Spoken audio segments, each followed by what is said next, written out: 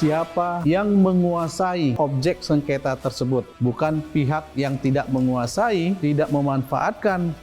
Smart Viewers, ini dia pemenang episode sebelumnya. Selamat untuk kamu yang beruntung. Halo Smart Viewers dan teman-teman sekalian, bertemu lagi kita di Good Talk X Business Law Binus University dalam episode Pajak Bumi dan Bangunan.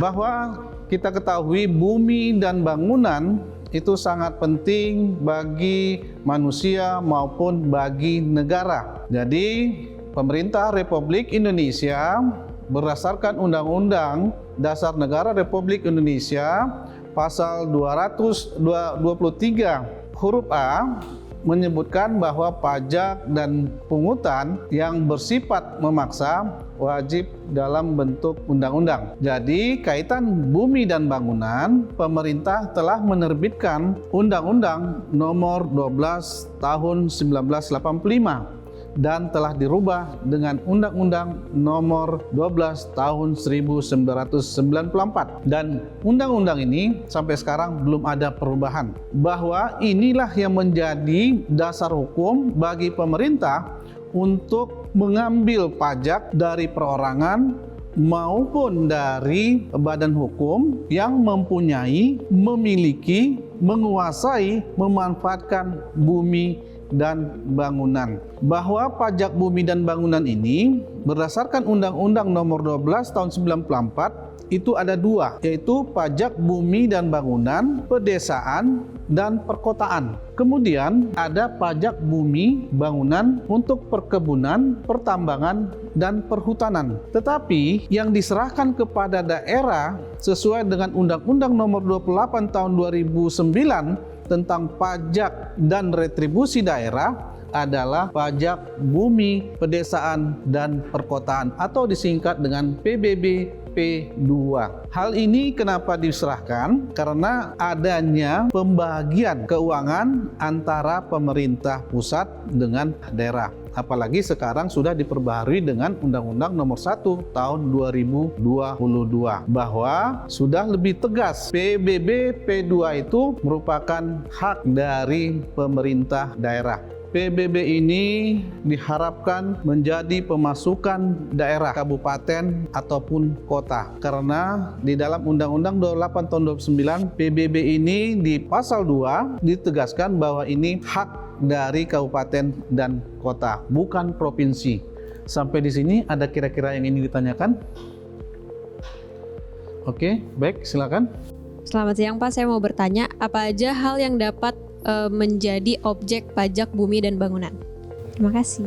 Jadi yang menjadi objek pajak bumi dan bangunan adalah bumi itu sendiri beserta air yang di permukaan, baik dalam bentuk rawa-rawa ataupun nanti air tersebut dalam bentuk di daerah pantai ataupun lautan. Jadi ini yang dapat menjadi objek, itu namanya bumi. Tapi kalau dia bangunan, semua yang ada atau konstruksi yang ada ditanamkan di atas bumi tersebut maupun di atas air tersebut itu menjadi objek pajak bumi dan bangunan. Tetapi tidak semua bumi atau tanah atau bangunan bisa dijadikan objek pajak bumi dan bangunan. Contoh, ada pengecualian untuk rumah ibadah. Kemudian kalaupun ada rumah ibadah, ada pemberian diskon. Tanah perkuburan untuk kepentingan umum. Ini tidak dikecualikan dari objek. Tapi kalau yang lain, saudara punya tanah atau saudara punya bangunan, saudara dikenakan pajak bumi dan bangunan. Yang lain kira-kira ada pertanyaan? Ya, silakan. Baik, saya ingin bertanya Pak, bagaimana sih menentukan nilai jual objek pajaknya Pak? Oke, baik.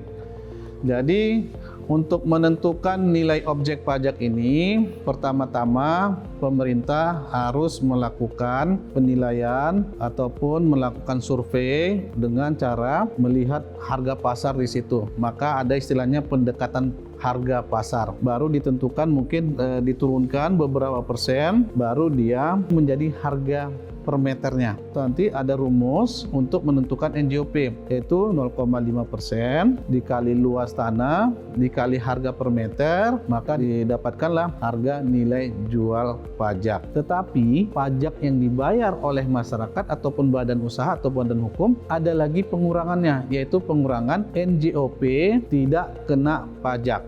Untuk Good Talk X Business Law yang sesi ini gue sangat suka banget sih, karena gue banyak dapat ilmu, apalagi gue kan dari jurusan Maskom ya, tapi gue bisa dapat ilmu tentang pajak bumi bangunan dan banyak ilmu-ilmu yang gue dapat dari tentang perpajakan ini sih. Ada pertanyaan lagi?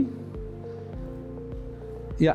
Baik Pak, saya mau bertanya Pak, kalau misalnya terjadi sengketa pemilikan objek PBB itu di antara dua pihak yang berperkara, siapa ya Pak yang menjadi wajib membayar PBB atas sengketa itu Pak? Terima kasih. Baik, ini berkaitan dengan hukum acara, yaitu sengketa perdata, yaitu objeknya pajak bumi dan bangunan tersebut. Sebelum ada putusan yang berkekuatan hukum tetap, tidak bisa ditentukan siapa yang membayar pajak. Maka kita lihat siapa yang menguasai objek sengketa tersebut, bukan pihak yang tidak menguasai, tidak memanfaatkan. Kalau kepemilikannya bukan, nanti setelah ada putusan Mahkamah Agung.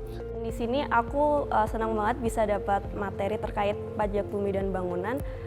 Ini sangat berguna banget buat aku, terlebih kan kita adalah warga negara Indonesia dan memiliki kewajiban untuk membayar pajak, dan terus juga kita nantinya juga bakal punya rumah, bakal punya tempat tinggal, sehingga aku sekarang tahu objek apa aja dari PBB itu dan nilai objeknya gitu.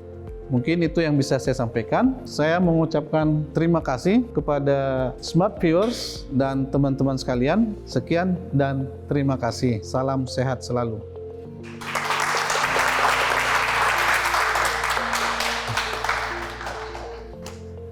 Smart Viewers, sekarang saya akan memberikan satu pertanyaan dan satu orang yang berhasil menjawab pertanyaan tersebut dengan benar akan mendapatkan hadiah menarik. Dan pertanyaannya berikut ini. Untuk satu orang yang beruntung dan menjawab dengan benar akan diumumkan pada episode berikutnya. Jadi, saksikan terus episode Good Talk X Business Law Binus selanjutnya ya.